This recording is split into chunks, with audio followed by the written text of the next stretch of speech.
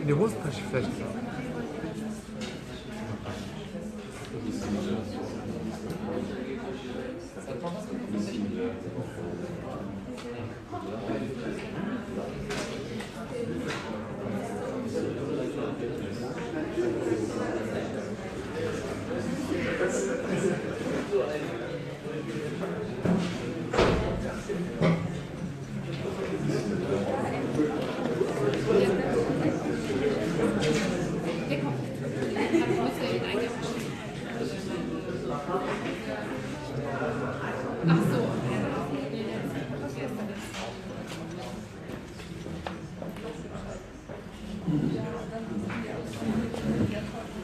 Die Helligkeit immer ganz runterschalten, ja?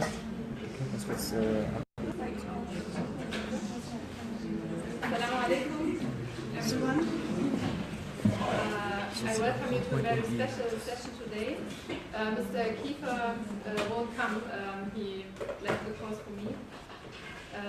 And I will now switch into German because Dr. Umar understands German as well. Deswegen muss ich jetzt da nicht mehr Englisch sprechen. Ja, das Thema ist heute die Geschichte des Islams in Amerika. Und wir sind sehr froh, dass Dr. Umar Faruq zu uns gekommen ist. Wie Sie wissen, wird er die ganze Woche hier verbringen. Und es gibt am Donnerstag und am Freitag noch eine Veranstaltung mit ihm. Einige haben sich vielleicht schon informiert, aber ich stelle Herrn Dr. Umar Faruq auch nochmal vor. Geboren ist er in Nebraska und in Georgia aufgewachsen und hat dort zunächst englische Literatur und Geschichte studiert und hat dann allerdings, als er zum Islam konvertiert ist, sein Studienfach geändert und dann islamische Studien in Chicago studiert und auch abgeschlossen mit einer Dissertation zu Maliks Concept of Amal. Und das wird Thema seines Workshops, der morgen stattfindet. Er hat dann an verschiedenen amerikanischen und kanadischen Universitäten unterrichtet und ist später dann nach Saudi-Arabien gegangen, hat dort an der König Abdulaziz Universität islamische Studien unterrichtet und vergleichende Religionswissenschaft, auch Arabisch. Und zum Glück für die Muslime im Westen, wie ich sagen würde, ist er zurückgekommen nach Amerika. Damals als Chairman der Nawawi Foundation. In dieser Funktion war er tätig bis 2011 und aus dieser Zeit stammt einige sehr wichtige Artikel. Und diejenigen, die bei mir die Einführung in die islamische Geschichte, nicht in die islamische Geschichte, sondern die Einführung der Studium der islamischen Theologie besucht haben, die kennen seinen Aufsatz The Cultural Imperative. Jetzt haben Sie also die Gelegenheit, den Autor zu treffen. Ja, neben anderen Schriften hat er auch ein Buch verfasst zu einer Person, die es heute aufbringen wird, ein früher amerikanischer Konvertit, nämlich Alexander Russell Black. Und der wird also Teil des Vortrags heute auch sein. Ich habe noch zwei technische Hinweise. Wir werden etwas früher aufhören, weil das Gebet ja kurz nach 2 Uhr stattfindet. Also wir werden um 1:30 dann Schluss machen. Und ich bitte Sie dringend darum, die Handys in der Tasche zu lassen. An amerikanischen Universitäten ist das übrigens verboten. Also für Dozenten, die aus dem Ausland kommen, ist das ein sehr ungewohnter Anblick, wenn die Handys da zu Berge sind. Ja, so. Bismillahirrahmanirrahim. Sallallahu ala Sayyidina Muhammadin wa ala alihi wa sahbihi wa sallam.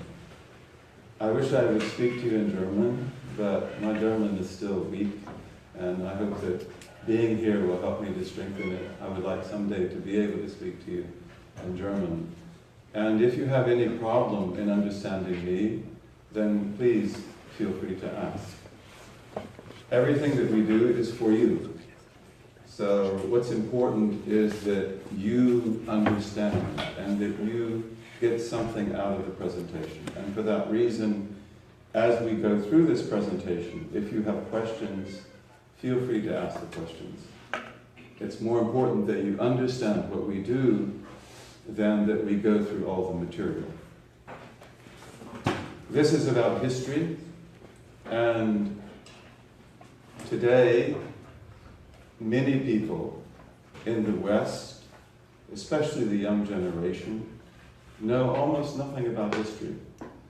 This is true in the United States, and I've been told also that it's true in Germany and in other countries as well. And when human beings lose the knowledge of history, then they lose the knowledge of themselves. And for this reason, history is very important. And groups that have a particular history, like ourselves, it's very important for us to study that history and to teach that history accurately. The West Africans have a saying that the world is old, but the future springs from the past. The world is old, but the future springs from the past. The future springs from the past. And they mean by that that even if you don't know your history is in you. And your history will affect what you do. So therefore, if you want to understand the future, it's important to understand the past. But also, history is very important for our identity. Who are we? Who am I? Where do I come from?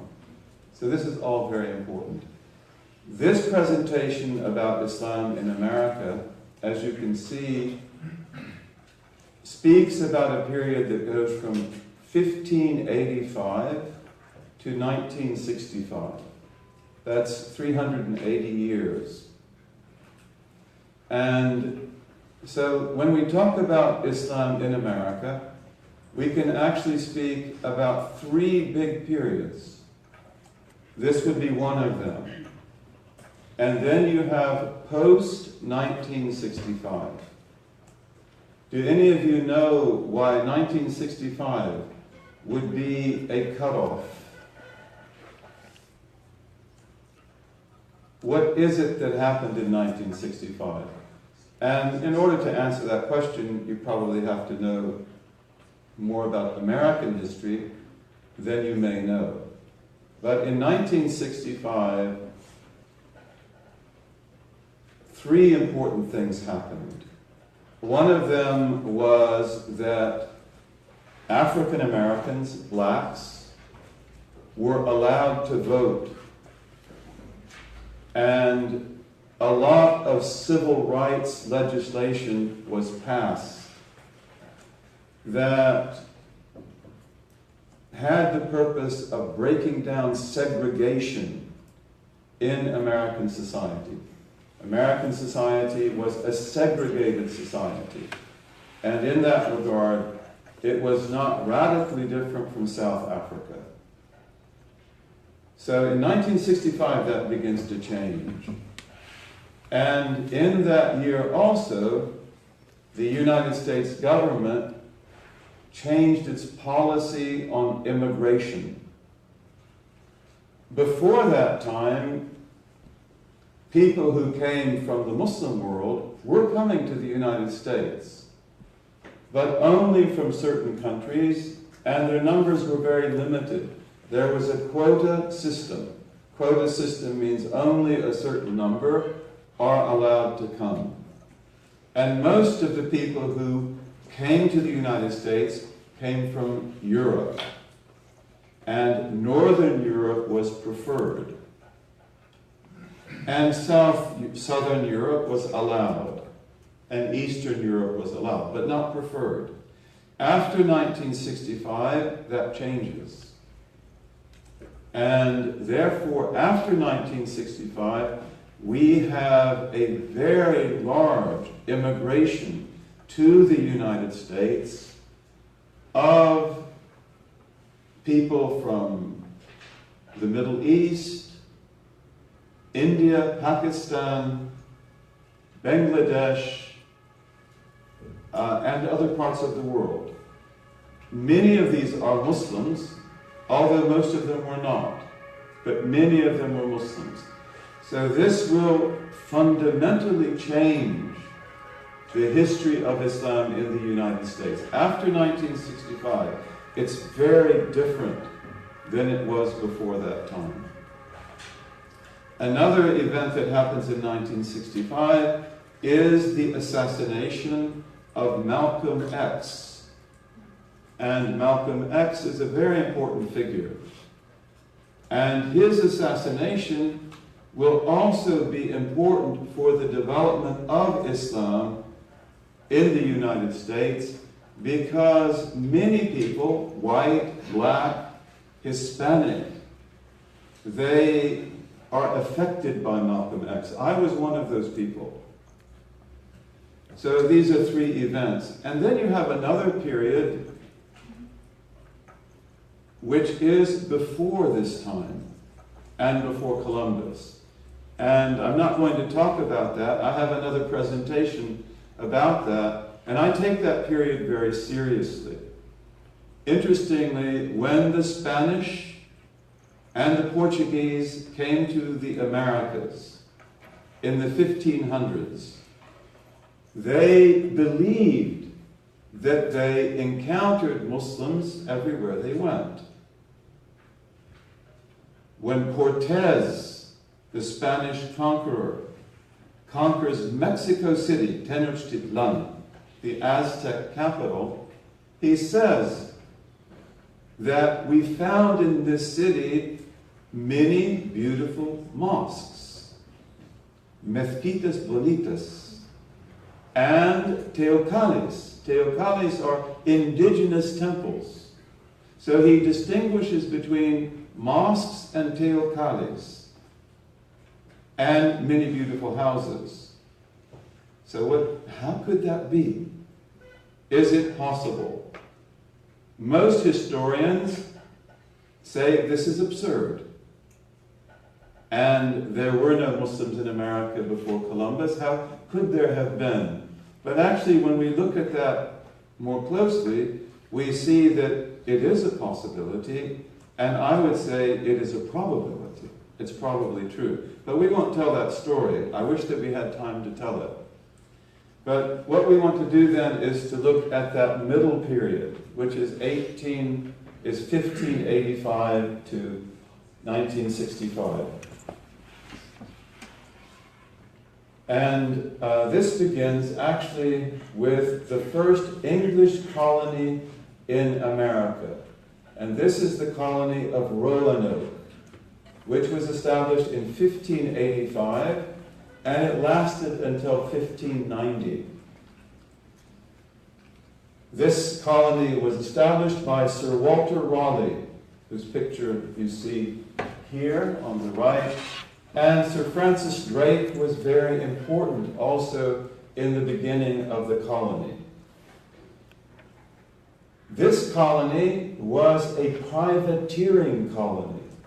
In American history, we are told about the mysterious colony of Roanoke, that it came and it went. And as if we don't know anything about it, actually we know very much about it. There's nothing mysterious about Roanoke. It was a privateering colony. What does privateering mean? What is a privateer? How do you say that in German? Privatier. Privatier. What is a privateer?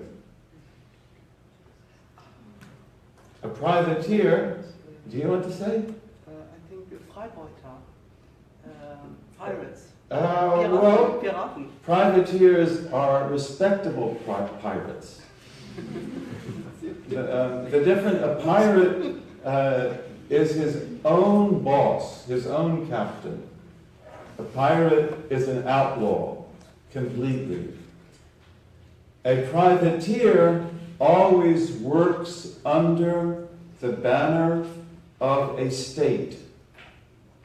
So privateers always belong to a political power. But the privateer will not necessarily say that.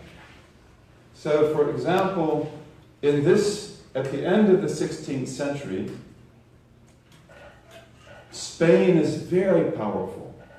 And Spain and Portugal at that time are united.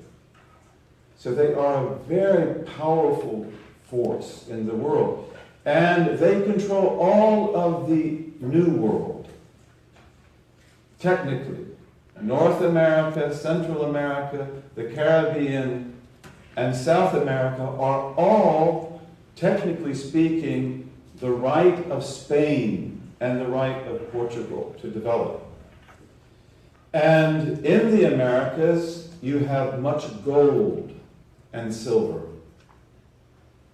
This is very important. This is one of the reasons why Muslims in West Africa were almost certainly interested in the Americas, because there was gold there, and they were the major source of gold in the world.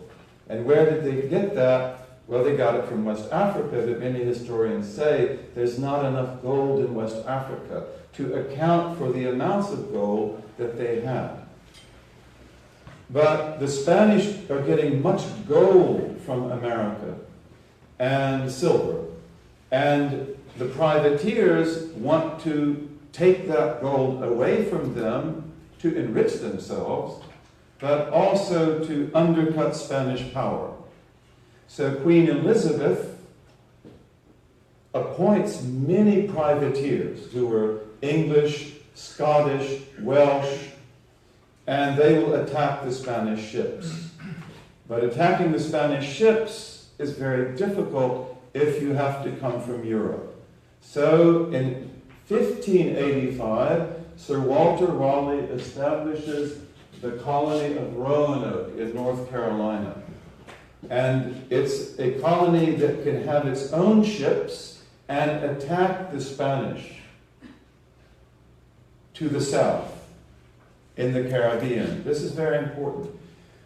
When Sir Walter Raleigh comes to Roanoke in 1586, he attacks Spain on the way there, and then he comes into the Caribbean, and he has a number of attacks. But finally he comes to what is today Colombia, to the city of Cartagena, the port of Cartagena, and there he liberates a number of galley slaves. These are galleys that row the boats. And 200 of those were identified as Muslims. They're called Turks, which could mean Ottomans. A lot of these Turks were actually Greek-speaking, and Moors. And he brings them to Roanoke. He brings them to the Roanoke colony. So this is very, very interesting. So we see that when this history of English colonization in the New World begins, Muslims are part of the story. Again, maybe they're not a very important part of the story, but it is important to say that. In fact, these Turks will be, many of them, returned to Istanbul. And this is very, very important because the British at that time are developing very strong ties with Istanbul and also with North Africa. What happened to these 200 galley slaves? We know that a lot of them were taken home. They're taken back to England, and in the case of the Turks, they are returned, or at least a lot of them are returned to Istanbul.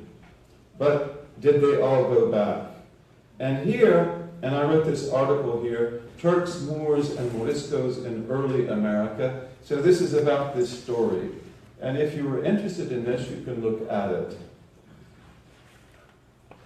Now, one of the interesting things is that in America, we have two peoples who regard themselves to go back to Roanoke. One of these is a people called the Melungeons. And the other one is a people called the Lumbees. I haven't talked here about the Lumbees. But the Melungeons are a people who were in America before the English came. Before the Scots and the Scots-Irish and the English came.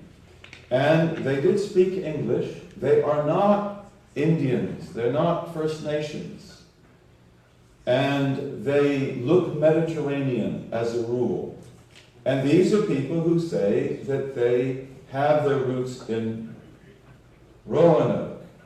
So this is very interesting. And if they do have their roots in Roanoke, then it's quite possible that they might go back to those Muslims who were brought there. In fact, the Melungeons, when they speak of themselves, they would call themselves sometimes Moors. And sometimes they call themselves Portuguese. And they were apparently called Mecca Indians. When I wrote this article, the fact that they were called Mecca Indians is the thing that made me want to write the article. Unfortunately, when I went back to the primary sources, I couldn't find the reference. So therefore, I had to change a lot of what I said. But they believe that they were called Mecca Indians. In other words, they're called Indians, although they're not. But it is said that they would bow towards Mecca. And these are pictures of the Melungeons. They're mostly in the South, in North Carolina and Tennessee. This is a man who has Melungeon roots, Abraham Lincoln. And in fact, a woman from the United States is working on the DNA of Lincoln, and she found my article and she contacted me because she said that they found that Lincoln's DNA is unique, especially that of his mother. And his mother is the Melungeon, Nancy Hanks. Hanks is a Melungeon name. Here's another man with Melungeon roots, Clark Gable. And Nancy Hanks was a Melungeon, and Tom Hanks is too. What do these Americans have in common? Well, they're not Melungeons. Humphrey Bogart, Jacqueline Kennedy, Cornelius Vanderbilt, and Eli Whitney. And we can add to them, these are very important people. These are people that are important in American history. And here is Anderson Cooper, whom you may know from television, and his mother, Gloria Vanderbilt. So all of these people, they have something in common. They're not Melungeons, but they have, without any question, a common ancestor, and this is him. Jan Jansson van Haarlem, who was called Murad Rais, who lived from 1570 to 1641. Murad Rais, Jan Jansson, was a famous Dutch privateer. He then became a Muslim corsair. And when that happens, these people are called in the West renegades. The word renegade, renegado, comes into the English language to refer to a European who becomes a Muslim. Literally, the word renegade means apostate. To renege, they reneged on their religion. So he becomes a renegade corsair. And corsairs, by the way, who are called Barbary pirates, usually, they actually are also privateers. They worked under the regencies of North Africa, and later these renegades will be under the French and the British, by the way. And this was a relatively common occurrence in the 16th and 17th centuries. You had many renegades by the thousands. Murad Rais was the first president, and Grand Admiral of the Corsair Republic of Saleh in Morocco, which is next to Al-Ribat. Both his life and that of his son, Anthony, overlapped with the 80 Years' War of Dutch independence from 1568 to 1648 against the powerful empire of United Spain and Portugal. So their whole lives are very much tied to the battle against Spain and the battle for Dutch independence. And Murad Rais was a very powerful figure, very wealthy figure. This is a painting of him. I don't know how historically accurate it is. But he had a son that I don't have any picture of. By the way, before we get there, these are two books that you should be aware of. Can you read them? I don't know if it's very clear. Turks, Moors, and Englishmen. I based my article on that title. In the Age of Discovery. And this is by Nabil Matar. This is an academic work. It is on the English renegades and the Scottish renegades. And he has lots of information, very, very interesting information. The picture here of this very suspicious-looking renegade is of one of the renegades of that time. And then you have the other book here, Les Chrétiens d'Allah, the Christians of Allah. And this is by Bartholomé Ben Nassar and his wife Lucille. This book is also very important because of the fact that it is much broader than Matar.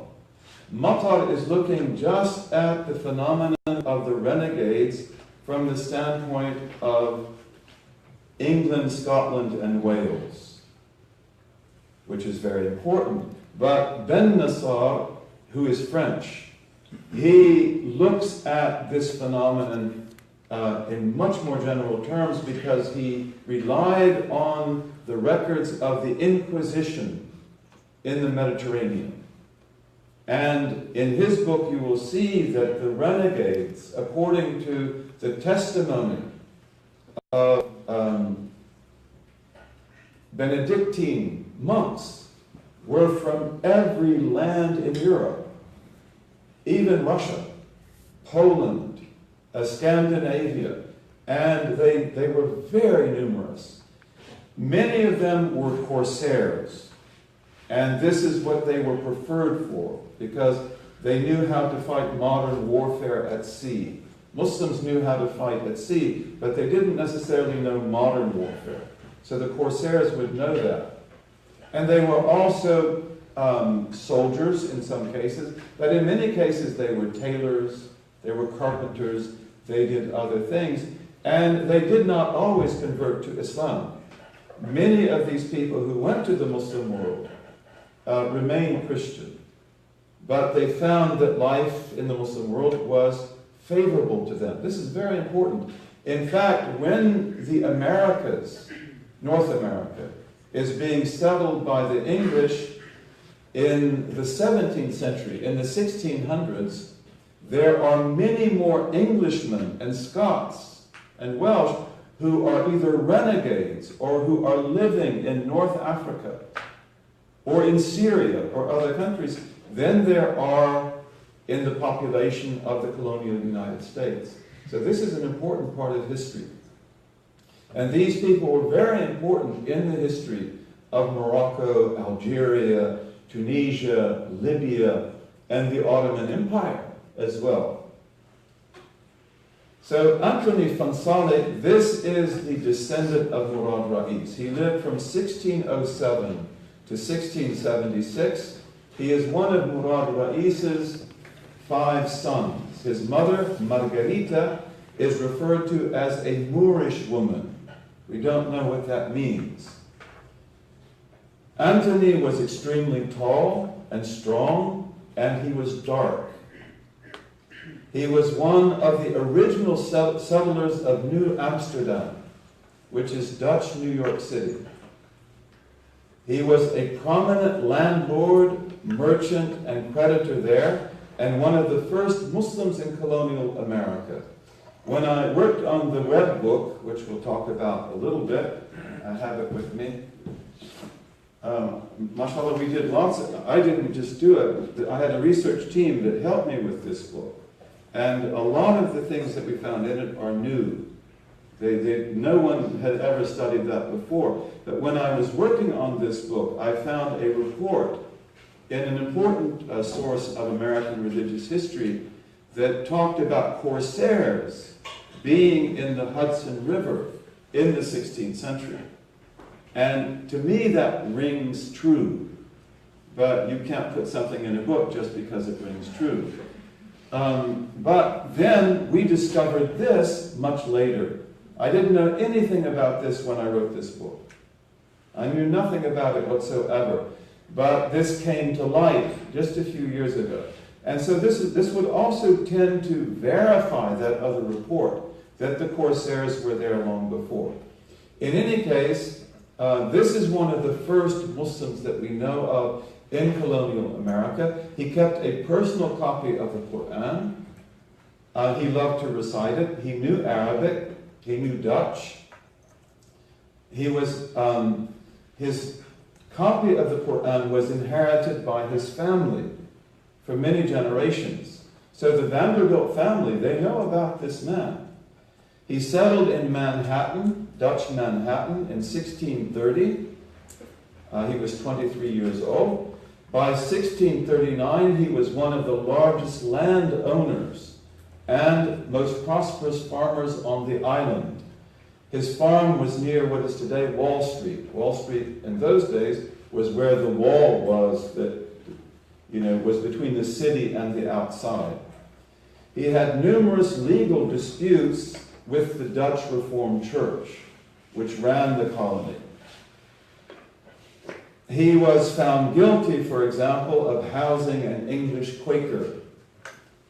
He was ultimately ordered to leave Dutch New York, but appealed to the Dutch West Indies Company, and they allowed him then to settle Brooklyn, which is, of course, across the water from Manhattan.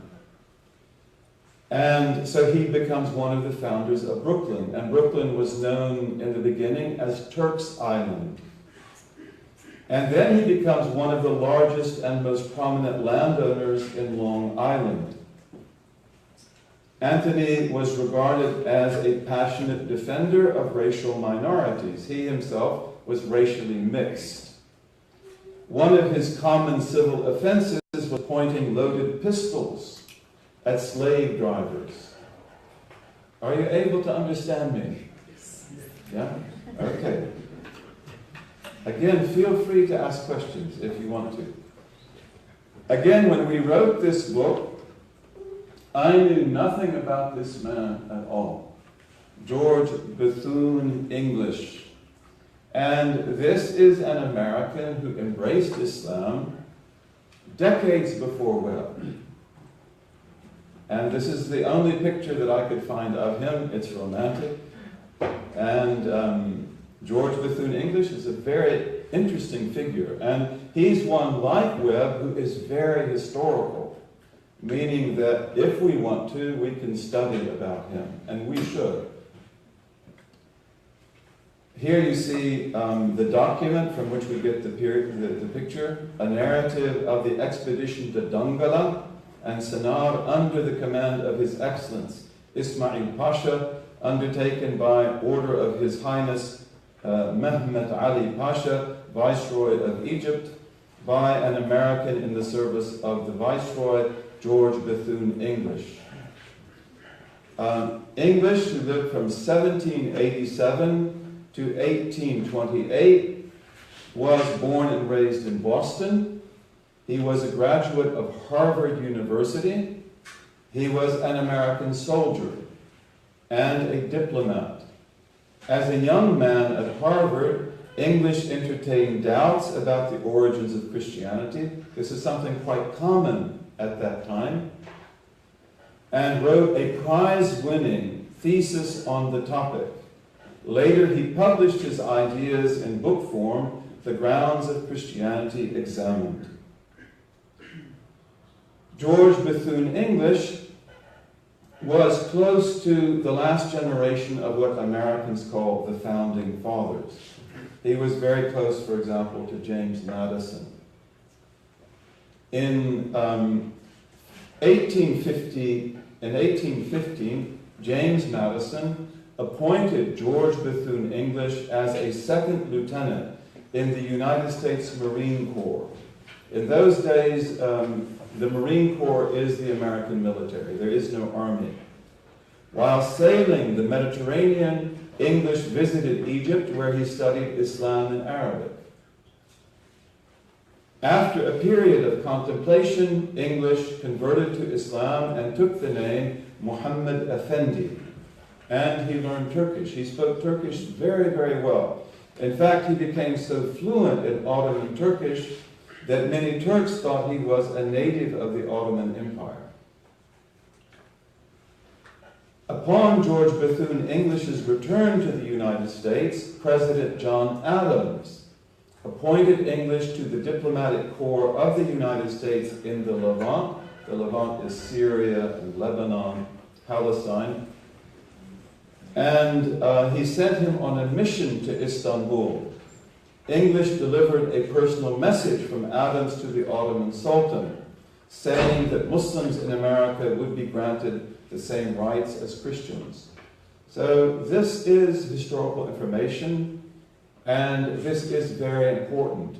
I would doubt that anyone needs to have that explained, but especially in the light of the things that are going on now, and the attempt of the alt-right, the right wing, to define Muslims in America and elsewhere as the other and as aliens, then this material is very important for us. Here we have a statement about Rhode Island. Roger Williams is the founder of Rhode Island, and Rhode Island was a colony established in order to have toleration for all religious faiths. That in the early colonies, they did not necessarily agree with that principle. When Roger Williams founded the Rhode Island colony, he expressed his hope that it would welcome even the Turks. And the word Turk here means Muslim. They would refer to Muslims as Turks. And others whose ways of worship were unconventional by Christian standards. Years before that, Williams shocked the Puritan sensibilities of Massachusetts Bay, by praising all who worshiped God freely, according to the dictates of their conscience, even if they were not Puritans. He said, I commend that man, whether Jew, Turk, or Papist. Papist here is a word for Catholic, it is a pejorative word, or whoever that steers no otherwise than his conscience dares. And this is also very important because in that early period, before the American Republic and after the American Republic, you often find this sentiment that the colonies, and especially the United States, should be open to all people, whatever their religious background. Something that needs to be emphasized today. This is a book that came out last year, if I'm not mistaken, A History of Conversion to Islam in the United States, Volume 1. It's called White American Muslims Before 1975 by Patrick Bowen, published by Brill. And this is interesting. You can take note of it if this is interesting to you. But what Bowen has done is to show that the converts to Islam in that period before 1975 are hundreds and hundreds. And of course he'll talk about Webb and he'll talk about other people, but he shows that actually there was a very significant number of Americans who were converting to Islam during this period. This is Alexander Russell Webb. You were given some readings from my book, and I would be very happy to discuss that with you after we finish the presentation, if you'd like to do that. Webb is a very interesting figure. He became a Muslim in 1888. He died in 1916. He is very typically American, and he is especially very typically a New Yorker from the state of New York. He has a lot of the cultural characteristics that New Yorkers were famous for. Individualism, religious heterodoxy. He can take whatever kind of religion he wants to take. And Webb became a very committed Muslim. I have no doubt about that. You can see it in his writings. He had great love of the Prophet. And it's interesting also that Webb, who started a mission for Islam in New York City in 1892, he was very well received by the American public. Remarkably well received. He had also people who didn't like him, especially the missionaries, and he didn't like the missionaries either.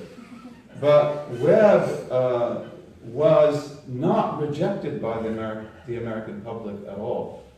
And his mission didn't last long. We talk about that in my book, why that was the case.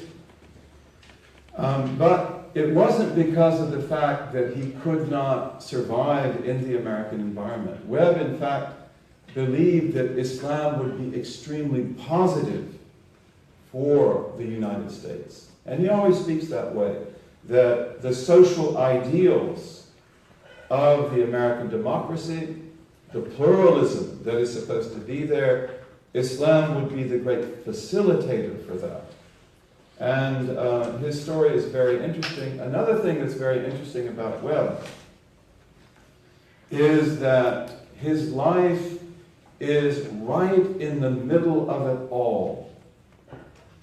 If you look at American history as it develops in the 19th century and the early 20th century, most or many of the really important events that surround that, Webb was right there. And for that reason, one of my friends told me after we began to talk about Webb and the centrality of Webb in American history, that he is the Muslim Forrest Gump. He's always there. And so that's one of the reasons why I wanted to write the book, because I felt that we owe it to Webb. He's an amazing figure. And he's very prominent in American life as well. But also because he is right there in the middle of the controversy over slavery, the Civil War. The Civil War is fundamentally essential to his formation. And then what happens after the Civil War, and then going west, the wars with Mexico. Texas was taken away from Mexico, and the general that led that is from Webb City, Hudson, New York. Native Americans, the blacks, and so forth. So in telling the story of Webb, we can also tell the story of the United States. And for Muslims in America, and I would say especially for those who come from immigrant backgrounds, it's very important for you to understand this country that you live in. It's very important for you to understand the background of these people, where they get their ideas, the kind of problems that they have faced. And so telling the Webb story enables us to do that, or to begin to do that. So here you have a picture of Webb in 1892. This is the picture of Webb that was taken when he went to India. And in this book, he had a very interesting trip to Rangoon and then to India, and he has a diary which I was able to find 2 volumes of. He has a 3-volume diary. Unfortunately, volume 3 was lost. I wish we could find it. It's really, really important. But I read volume 1 and volume 2, and he's very funny. Webb is extremely humorous. And I've given an account of that when he goes to India, his responses to the things that go on there and so forth. It's very funny. He's very humorous. Webb was also a very close friend of Mark Twain. And if you read the book, you'll see that Webb went to Missouri, which is where Mark Twain came from, and he was prominent in Missouri journalism. And journalism in the state of Missouri was the cutting edge of American journalism at that time. That might seem strange today, but that's the way it was then. And in Missouri, he worked for the same newspaper that Mark Twain had begun at. And so Mark Twain knew him, and he knew Mark Twain. And when he comes back to New York in 1892 to start his mission, he will invite Mark Twain and many others to come to a parlor talk that he has. Webb loved to give parlor talks. That's a very Victorian cultural convention. That you go to the parlor. Parlor means, of course, speaking room. There's a fireplace there. The women have a place to sit. The children have little chairs to sit on. The men have a place to sit. And you get up and you talk. And Webb loved to do this. He was giving parlor talks all the time. But one of the first parlor talks that he gave was in New York City. And Mark Twain was one of the people invited. And it's interesting because in 1894, Mark Twain writes a book called Tom Sawyer Abroad. And I know that all of you must have heard of Tom Sawyer, and you must have heard of Huck Finn. But Tom Sawyer Abroad is a later book. And in that book, Tom Sawyer and Huck Finn and Jim, who is the African-American slave, they take off in an air balloon, and they go across the Atlantic and end up in Morocco, and they go across the Sahara Desert, and they go to Egypt and other countries. And when they come to Egypt, Tom points out that this is Egypt. How would he know that up in the balloon? And he said, this is the land of Moses. And so Jim says, then we have to come down, because we have to honor Moses. This is his land. And Moses was a Presbyterian, and I am a Presbyterian. So we've got to come down and visit Egypt. And in this fictional story, they go around Cairo, and they come into some of the big mosques of Cairo. And Tom says that our little church in Hannibal, Missouri, inside this mosque, would look like a pack of dry goods. It looked like a little box. And then they see these whirling dervishes. I don't think you ever have whirling dervishes in Egypt, but in this book they do. And Huck gets dizzy looking at the dervishes. And then Tom says to Huck, you know that they're all Muslims. And Huck responds, what's a Muslim? And Tom says, a Muslim is a person who's not a Presbyterian. And then Huck says, then there's lots of them in Missouri. And I never knew that before. So this is very funny, and a lot of Americans know that story, but what they don't necessarily know is that most Americans reading that in 1894 would have thought about this man, who, although he hailed from New York, he was known as a Missouri journalist. And Twain knew him in Missouri. The last picture that we have here is of Webb towards the end of his life. This picture would have been around 1901. And he was appointed as the honorary Ottoman consul in New York City. So he was an official consul of the Ottoman Empire. He was then invited to go to Turkey, and he went there. He met Sultan Abdul Hamid, and he was given these two honors that you see here from the Ottoman Empire. One of them is the Order of Majidi, and the other one is a standard Ottoman honor. And so it's very interesting that he is the only American Muslim that we know of that was ever honored with that. And he was very close to the Turks. And the Turks also thought very highly of him, and they still do. In all the Muslim world, you'll find that the ones who tend to know about Webb will be the Turks. Here's another important American Muslim, T.B. Irving. He embraced Islam in the 20th century, and he died not too long ago.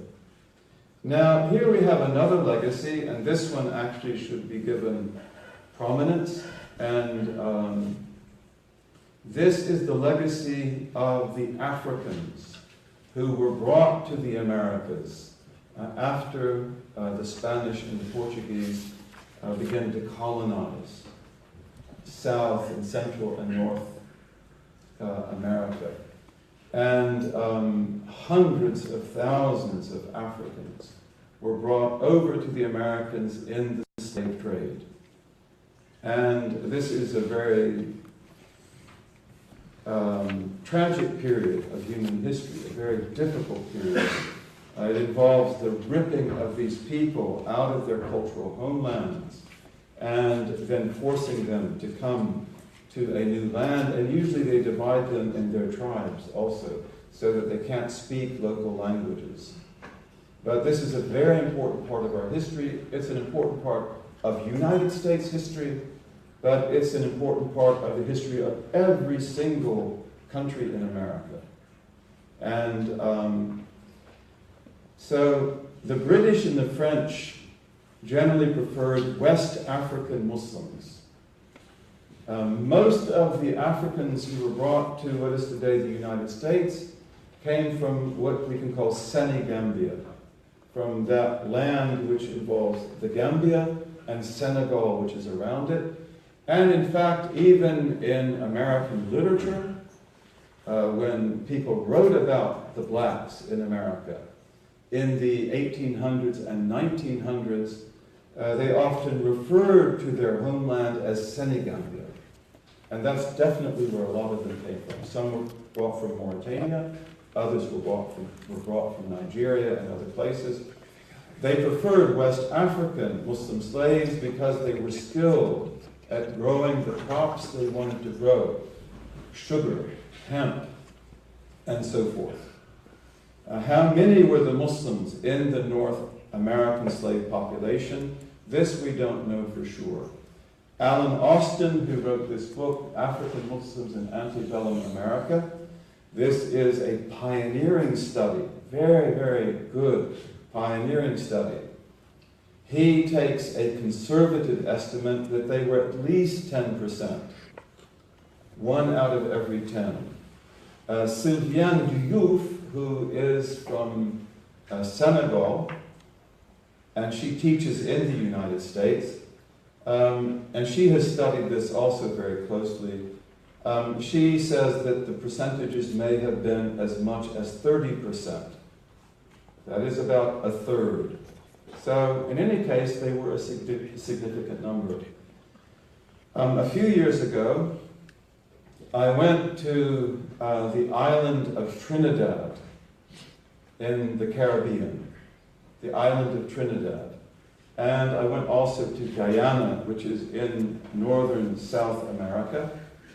And the reason why I took that trip is because of the fact that in Trinidad, in Guyana, and in some other islands, in South Africa, in Fiji, you have this phenomenon of what is called indentured servants.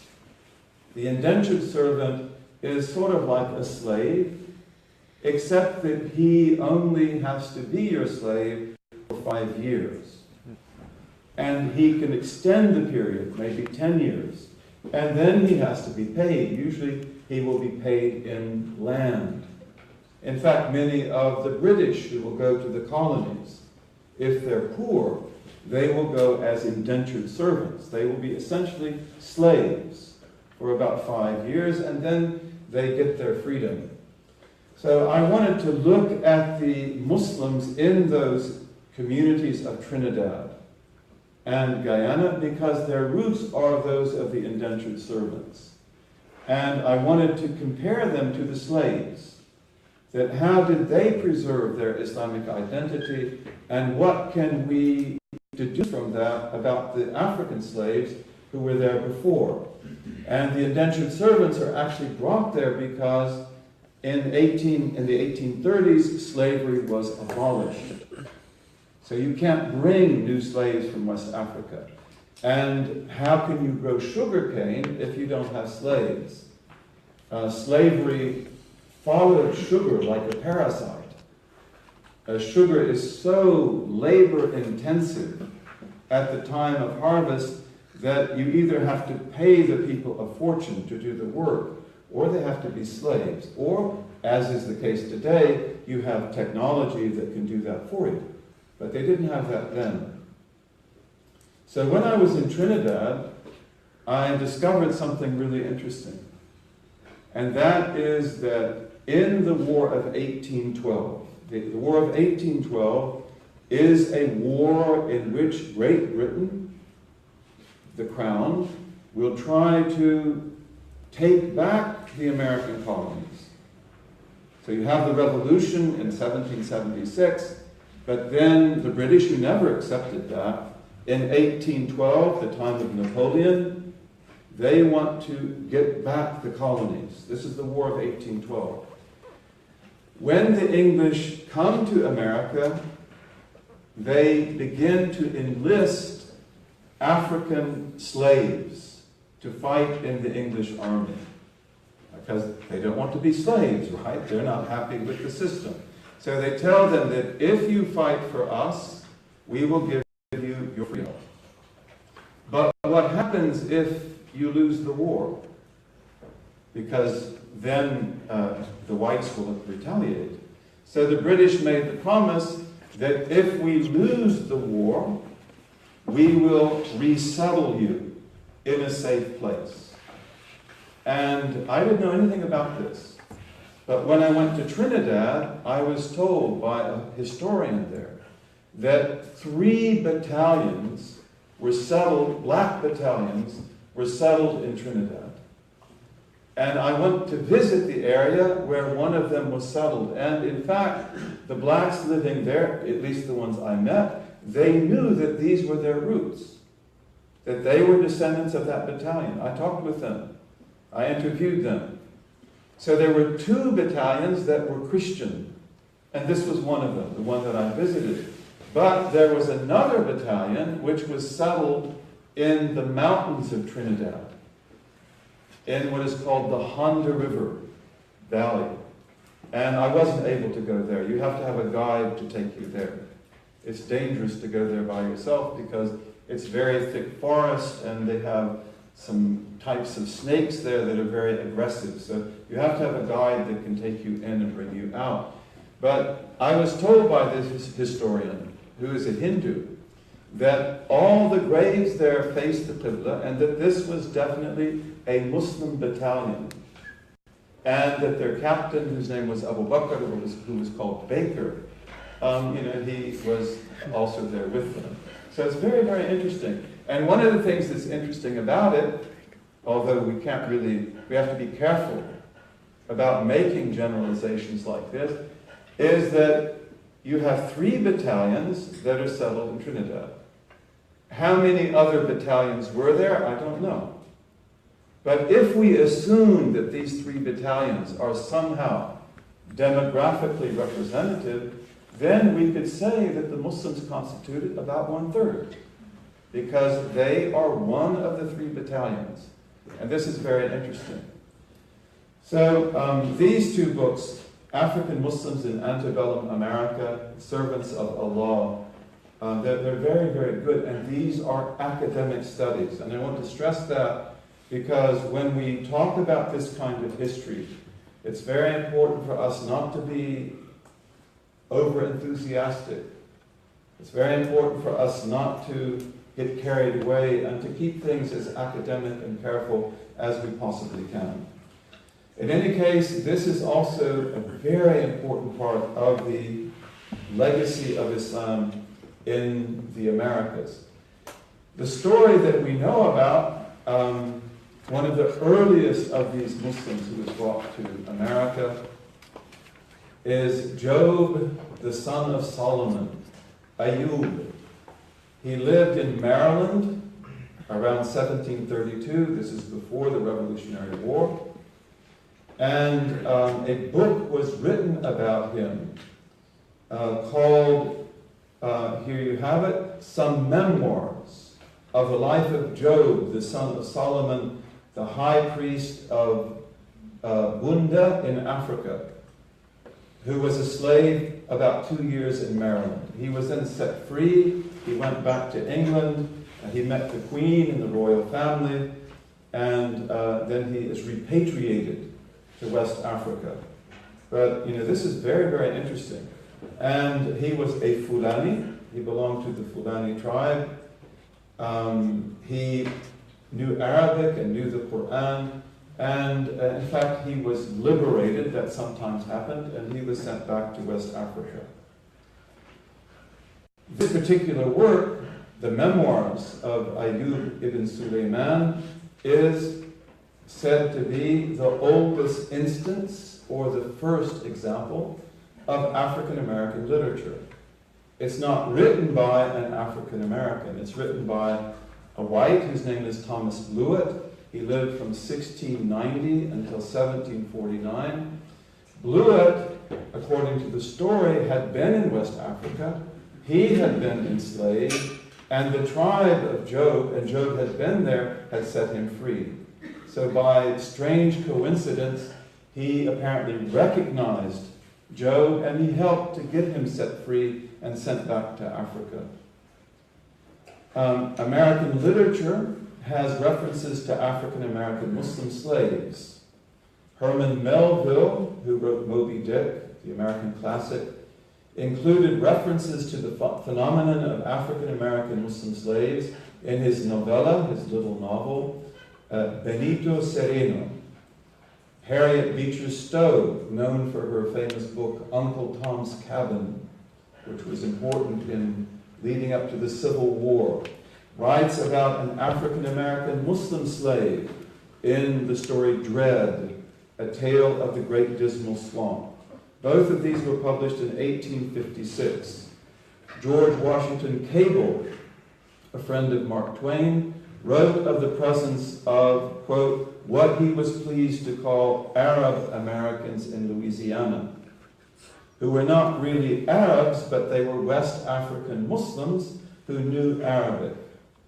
Joel Chandler Harris, who wrote Uncle Remus, the Uncle Remus stories, he was also a friend of Twain, contended that some slaves were Arabs and not Africans.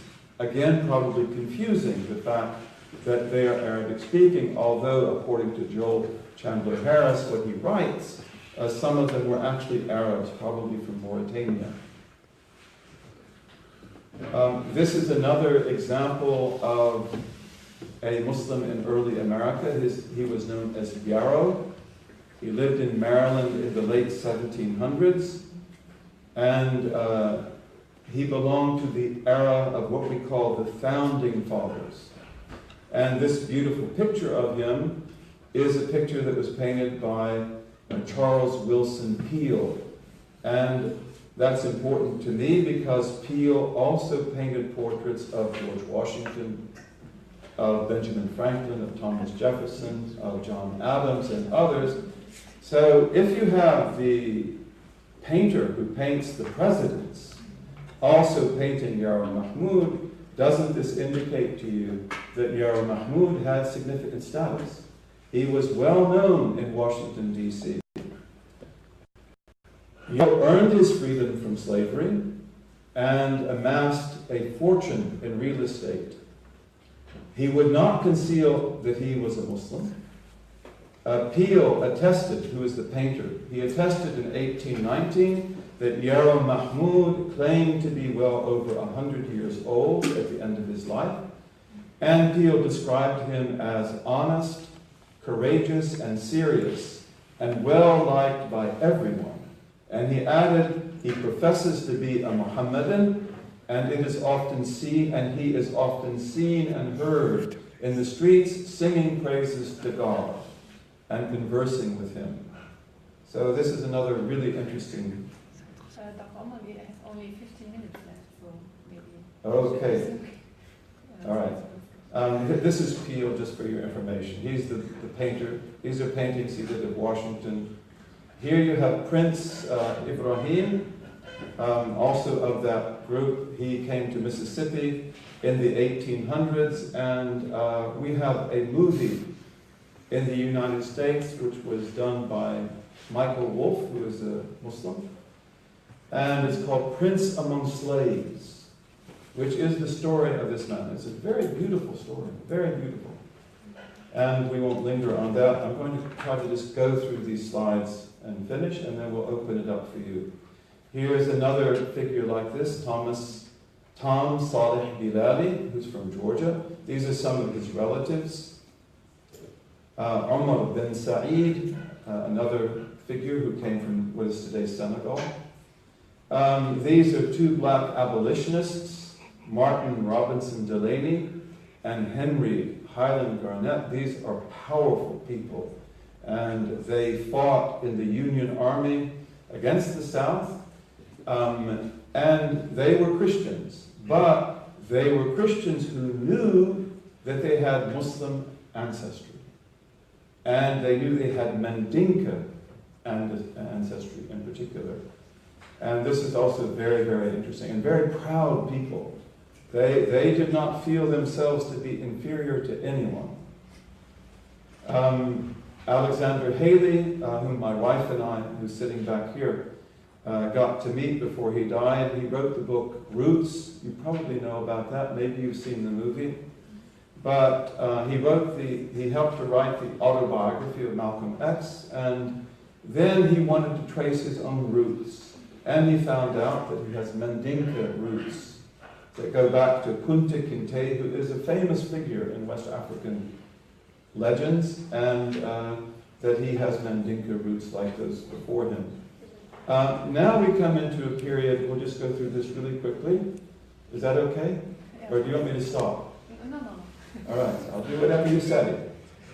But, one of the really interesting things is as the African Americans who, under slavery and the post-slavery period, are completely deprived of any ability to study their history or to retrace their roots, they then are brought largely out of the South because of World War I and World War II. Because World War I and then World War II, they required that the United States have labor that it could no longer get from immigration because of the war. And so then they have to bring blacks out of the South to the North. This is called the Great Migration. And this will form the black communities or ghettos of New York City, of Newark, New Jersey, of Detroit, of Chicago, of Philadelphia, and other cities. And when the blacks come into the ghettos of the cities, they have more freedom than they had ever had before. They don't have freedom, but they have more than they ever had before. And one of the things they do is they want to rediscover themselves. And so then you have the development of what we have called proto-Islamic movements. And we call them proto because they are not, quote-unquote, orthodox. Some of their teachings are going to be bizarre to us, but they are, from a historian standpoint, an attempt to find out that religion. At a time when, by the way, it was very difficult to do that. Noble Drew Ali, who is pictured here, is one of the first, and he established what is called the Moorish Science Temple. Moorish science would be what? Islam. The Moorish Science Temple. And he was very successful. This is a copy of his newspaper. Very well done, the Moorish Guide. He has huge impact on the black community in the cities. Then you get, in the 1930s, the Nation of Islam. Elijah Muhammad was its leader. It's a complex story, and we won't go into it right now. This is his wife, Clara Muhammad, who was a dynamic, courageous person. And although the teachings of the Nation of Islam are strange, he taught that the white man is a devil and the black man is a god. Perhaps we can excuse that in the context of the racism that he lived in at that time. Probably at the end of his life, 1975, he may have become an Orthodox Muslim. Many of his sons did. There's no question about that. And then you have other people. This is Sheikh Dawood and his wife, Mother Khadija. They were Sunnis in the very conscious sense of being Sunni Muslims. He was a jazz musician, and he's very influential on the jazz musicians of that time. And the role of Islam among the jazz musicians is also part of this story, which we're not able to tell right here. And they were very effective, by the way, in their da'wah. And then we come to Malcolm X, Al-Hajj Malik Shabazz. This is the name that he took at the end of his life, who was, again, in my opinion, a dynamic figure, truly dynamic figure. Then we have the earliest immigrants in the 1880s. Hai Jolly, this is the earliest one we know about. Hai Jolly, which means Haji Ali. So they called him Hai Jolly. He was brought for the Camel Corps of the American Army in 1856, and he remained in the United States. This is a picture of Hai Jolly and his wife from Tucson. And then we have, this is from the St. Louis World's Fair of 1904. And here you have the celebration of the ice cream cone, because the ice cream cone, they say, was developed at the St. Louis World Fair of 1904. Who did that? Well, his name was Anas Hamawi. And he was called Ernest. They didn't usually use Arabic names, but he is the one who did that. And ice cream is important to Americans. Ice cream and apple pie, right? So your ice cream cone, and Muslim American is the one who developed that. And really, this is significant. This pertains to identity. And Ernest Hemingway went on to establish the Missouri Ice Cream Cone Company. And we had a lot of immigrants coming over from Syria and Lebanon. Here you have what is called the Mother Mosque of Iowa, established in 1922. It's still there today. And actually there were other mosques that were established before that, but they didn't continue to exist. And then we end with this, 1965.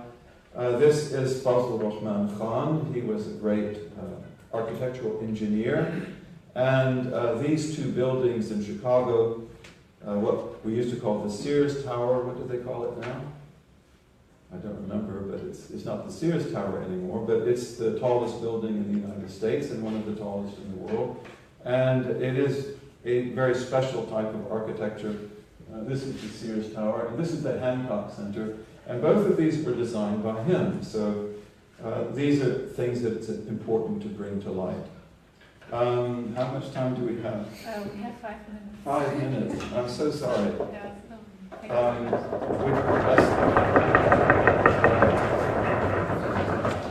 Now I know I'm in Germany. I remember I came to Germany when I was 15, and I went to a school in the Black Forest, and I remember that whenever the students were at their tables and something was announced, they lightly beat on the tables. It was shocking to me, but anyway, I'm honored to be here with you. And if in 5 minutes you have any questions you'd like to ask, I would be happy to try to answer. Yes. Jazakumullah khairan for your speech. I want to ask a question about what I read in your book. You mentioned that Alexander Webb was influenced by the Aligarh tradition in India. I want to ask you if you could enlarge on it, because I associate with Aligarh tradition Sayyid Ahmad Khan and this modern, what would we call maybe modernist type of thinking. So was he also influenced by this way of thinking? Or? Yes, very good question. And the answer to that is yes. So this movement called the Aligarh movement, Sayyid Ahmad Khan, Amir Ali, and others, they influenced Webb very profoundly. And the book by Amir Ali called The Spirit of Islam is a book that Webb believed in very deeply. And it was essential to his conversion. And then he remained associated with people from this Aligarh movement, Charab Ali, for example, for a long time after that. Yes? I would just like to stress one point you also made in your presentation. Sometimes the beginnings are quite heterodox, as you named it, if you take the Nation of Islam and also this Moorish Science Temple. And we have the same phenomena in Germany. In Berlin there was a mosque, and it was the only mosque, and all Muslims go there, and there were also a lot of converts in this time between the two wars. And it was founded by the Ahmadiyya. So it is the Ahmadiyya mosque, but all Muslims would go there and pray there. And this is sometimes when you have such movements which are not so orthodox, they are not valuated later. But it's an important part of the history. And the main thing, I think, is they identify it as Muslims, and that is something we should value. I agree with that. And in the case of the Moorish Science Temple and the Nation of Islam in the United States, as Dr. Sylvia Horsch has pointed out, these are very unorthodox in some of their teachings and practices. And for that reason, many Muslims who knew about them in the 1970s and 1980s wanted nothing to do with them at all. And they regarded them to be an embarrassment at best. And when you study history, you have to be objective and you have to say what is there. And therefore, there is often, even in Islamic history, a tendency for things to begin in a heterodox fashion. And then they often will change later on. And so we have to pay attention to that historically. And whatever our own credentials may be, it shouldn't blind us to looking at history in a broad way. Mirza Ghulam Ahmad is also part of the Webb story. If you read the book, you'll see that. Because Webb corresponded with him, before 1888. And Webb did not remain closely attached to him in any way. But nevertheless, and Webb didn't know. In fact, Mirza Ghulam Ahmad had not made his claims by that time. But he was known as a propagander of the faith. Also, one of the things that we talk about in this book are these converts. Abdullah William Quilliam in England, and Lord Headley, and Lady Zainab Cobbold, and others. And in the case of people like Lord Headley, he is very much associated with the Woking Mosque. And those were Lahori Ahmadiyya. And, so we need to look at these things with an open mind. I remember when I became a Muslim, which was 1970, one of the problems that I had was finding things in English that I could intellectually respect. Because there were things written in English that were just, as a rule, very, very poorly written, very poorly thought out, and if anything, they would cause doubt. So, you want to find things that are written in good English. And one of the most important sources for me was a journal called the Islamic Review. And this was put out by the Woking Mosque. And actually, it was not an Ahmadiyya publication, because they have all sorts of people writing and they're not really preaching, their version of Islam. But it had in it really good articles. In fact, the first time I heard about Webb was in that journal. They had an article about him, and they had other articles. And, it's very important that we have intelligent discourse. And sometimes the people who give that intelligent discourse may not be, strictly speaking, orthodox. But they may have a very good effect, a very positive effect. I think we have... Okay, please. Okay. Yeah, one more question and then we have to leave because... Okay. I have a question about the book you have shown us, which was White Muslim Americans before 1975. Yes. And your time is until 1965. So my question is, why 1975 and why circa? So that's a very good question. Let me see here.